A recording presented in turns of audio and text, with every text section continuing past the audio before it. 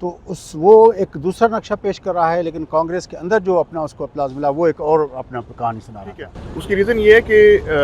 کانگریس جو ہے وہ ایک الگ اینٹی ہے آن اٹس اون، جو پالیسی میکنگ میں آتی ہے، جو لا میکنگ میں آتی ہے. وہ ایک اور پلر ہے، گورنمنٹ کا پلر ہے، لیکن وہ علیحدہ سے پلر ہے. اچھا، چونکہ ہاؤس کو کنٹرول اس وقت ریپبلکن پارٹی کر رہی ہے، سینٹ میں ایک سیٹ کی میجورٹی کے ساتھ ہے تو صحیح، لیکن جوائنٹ سیشن کے اندر میجورٹی بہرحال ریپبلکن پارٹی کی ہے. اچھا، وہ جو رفٹ ہے with the current administration versus not صرف ریپبلکن پارٹی بلکہ ایسی ریپبلکن پارٹی جس کو اس وقت ٹرمپ کنٹرول کر رہے ہیں. تو وہ آپ نے دیکھا ہوگا کہ تقریر کے دوران بھی جب جہاں ٹرمپ کا نام آیا وہاں پہ زیادہ آپ کو جوش و خروش وہ نظر آیا. اب وہ اپنی انٹرنل پالیٹکس ہے کہ انہوں نے یہ بتانا تھا کہ دیکھیں جی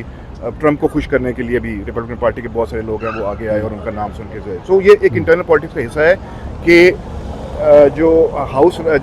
وائٹ ہاؤس رن ہو رہا ہے بائی دا ڈیموکریٹس، اس کو اس کے اگینسٹ جا کے انہوں نے ان کو دعوت دی نیتنیاہو کو کہ وہ آ کے ایڈریس کریں.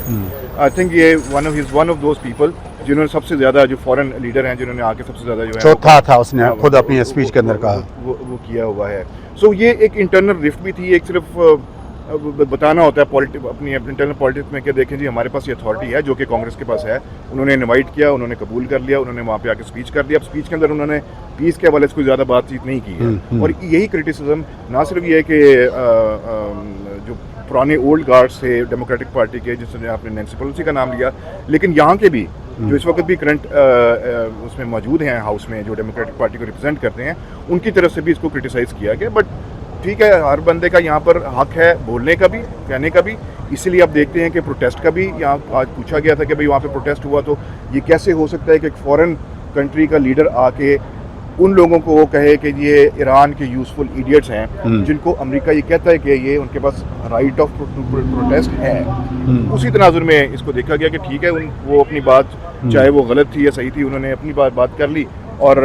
جو یہاں پہ پروٹیسٹرز ہیں انہوں نے اپنا پروٹیسٹ کر لیا. لیکن نیتنیاہو کی اسپیچ پہ جس طرح نینسی پیلوسی کے بارے میں ہم کہہ رہے تھے، اور یا جس طرح آپ کہہ رہے تھے کہ آج اپنا جو بائیڈن کے ساتھ ملاقات ہوئی اس کی کل، تو اس پہ بھی وہ ہوا. اس نے جس طرح اپنا پروٹیسٹرز کو کہا، اور پھر یونیورسٹیز کے یعنی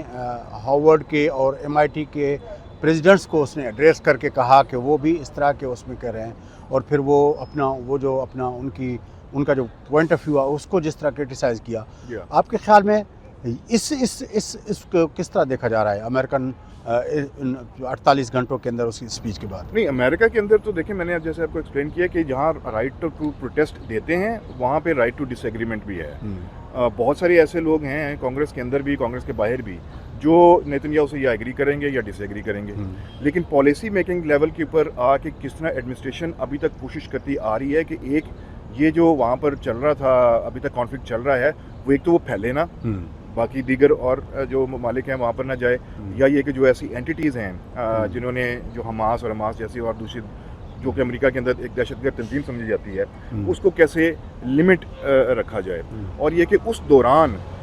وہ جو ایڈ ہے، ہیومینیٹیرین ایڈ ہے، وہ وہاں تک کیسے پہنچائی جائے. میں نے آپ کو عرض کیا نا کہ ابھی تک امریکہ کی پالیسی لیول پہ کوشش یہ تھی کہ اس معاملے کو کنٹین رکھا جائے، پھیلانا، ورنہ اسرائیل شاید کسی اور حد تک بھی جا سکتا تھا. سو کم از کم وہ کنٹینمنٹ والا جو پروسیس ہے، اور یہ کہ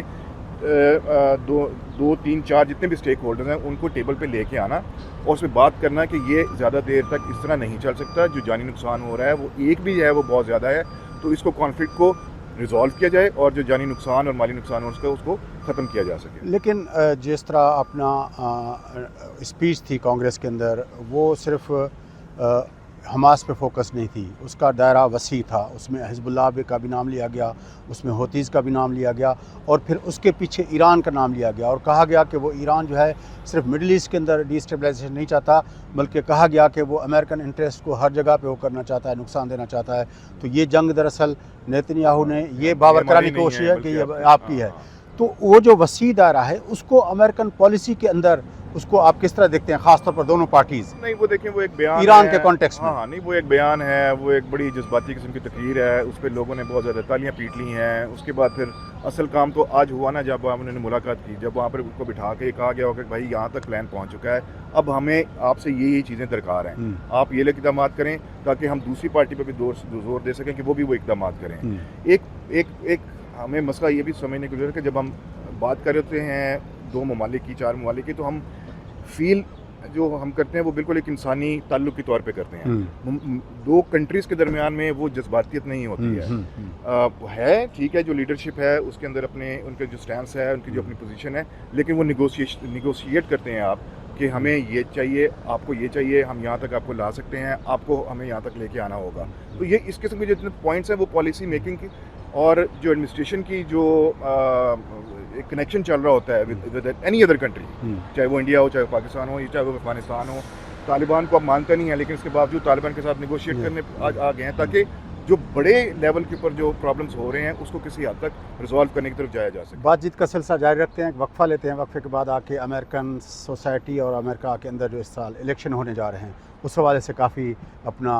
ایونٹس ہوئے ہیں اور ٹرمپ بائیڈن صاحب کا ودرال اور اس سے پہلے ٹرمپ صاحب پہ حملہ, اس سے پہلے جو اپنا کورٹس کے ڈیسیشنز, یہ سارے معاملات جو اس سال ہوئے ہیں. ایک ڈفرینٹ قسم کا الیکشن ہے, اس پہ آپ کے ایکسپیرینس کے حوالے سے آپ کا تجزیہ لیں گے.